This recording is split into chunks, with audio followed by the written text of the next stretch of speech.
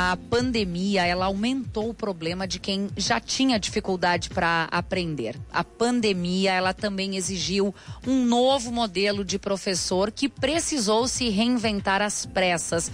Agora, quais as heranças históricas desse período e, principalmente, o que é que se faz daqui para frente? Bom, essas são algumas questões que nós vamos conversar a partir de agora com a professora aqui da UPF, doutora em educação, pesquisadora nessa área, Rosimar Esquinsani, nossa espécie de comentarista também para assuntos relacionados à educação, não é mesmo, professora?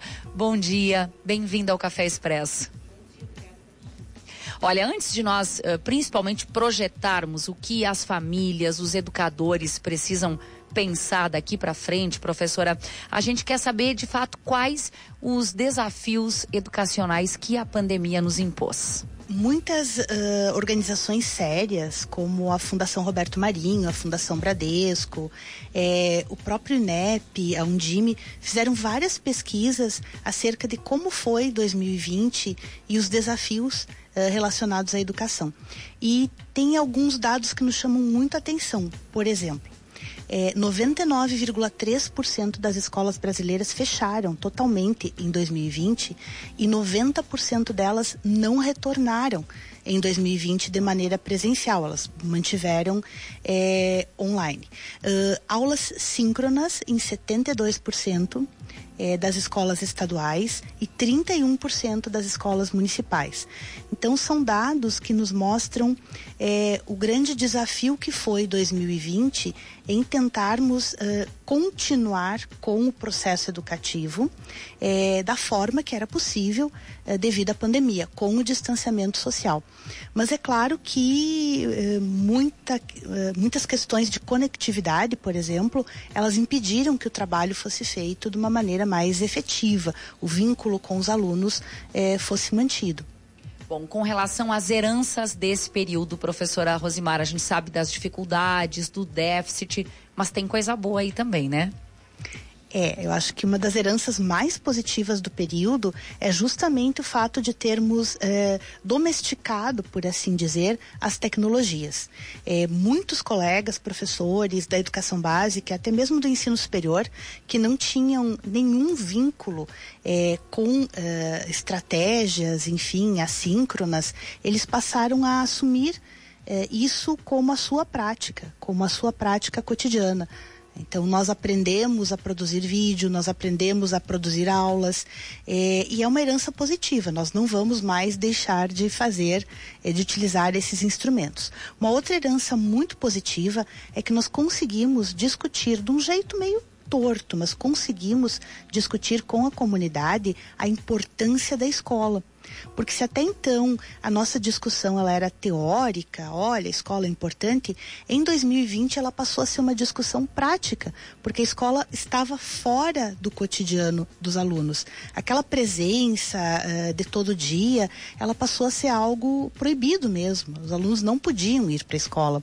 E aí nós conseguimos uma brecha importante para discutir justamente o papel da escola, a falta que ela faz no desenvolvimento afetivo, cognitivo dos nossos alunos, das nossas crianças e adolescentes. Isso porque a escola é muito mais do que um lugar onde os pais deixam seus filhos quando eles vão trabalhar, né? Infelizmente, tínhamos pais com esta visão equivocada ainda da escola. Professora Rosimar, mas infelizmente temos também heranças negativas da pandemia na educação.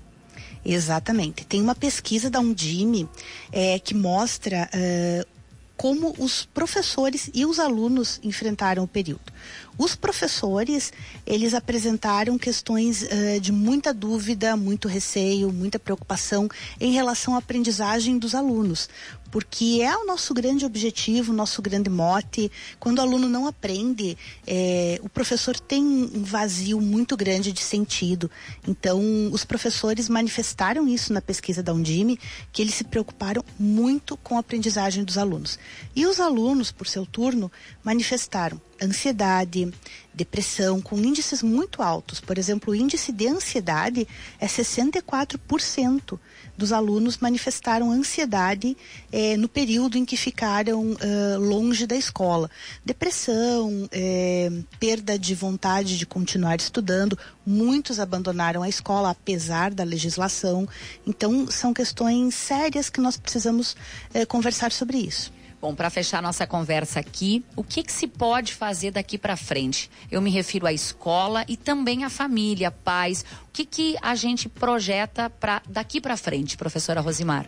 Então, são 4 frentes bem definidas. A primeira delas são as avaliações diagnósticas. É preciso fazer avaliações muito sérias de como os alunos interagiram em 2020, quais os seus verdadeiros níveis de aprendizagem. Uma outra questão também é o currículo, porque mais do que nunca nós precisamos discutir o que realmente é essencial no currículo. Não dá para a gente ficar trabalhando com conteúdos importantes, mas que não são essenciais, porque o mundo pede essa essência. Uma outra questão para os pais, principalmente, é o resgate do vínculo e da manutenção da conversa com a escola. E para finalizar, um outro desafio é justamente a conectividade, porque 28% dos lares brasileiros não têm acesso à internet. Então precisamos resolver essa questão para continuarmos trabalhando.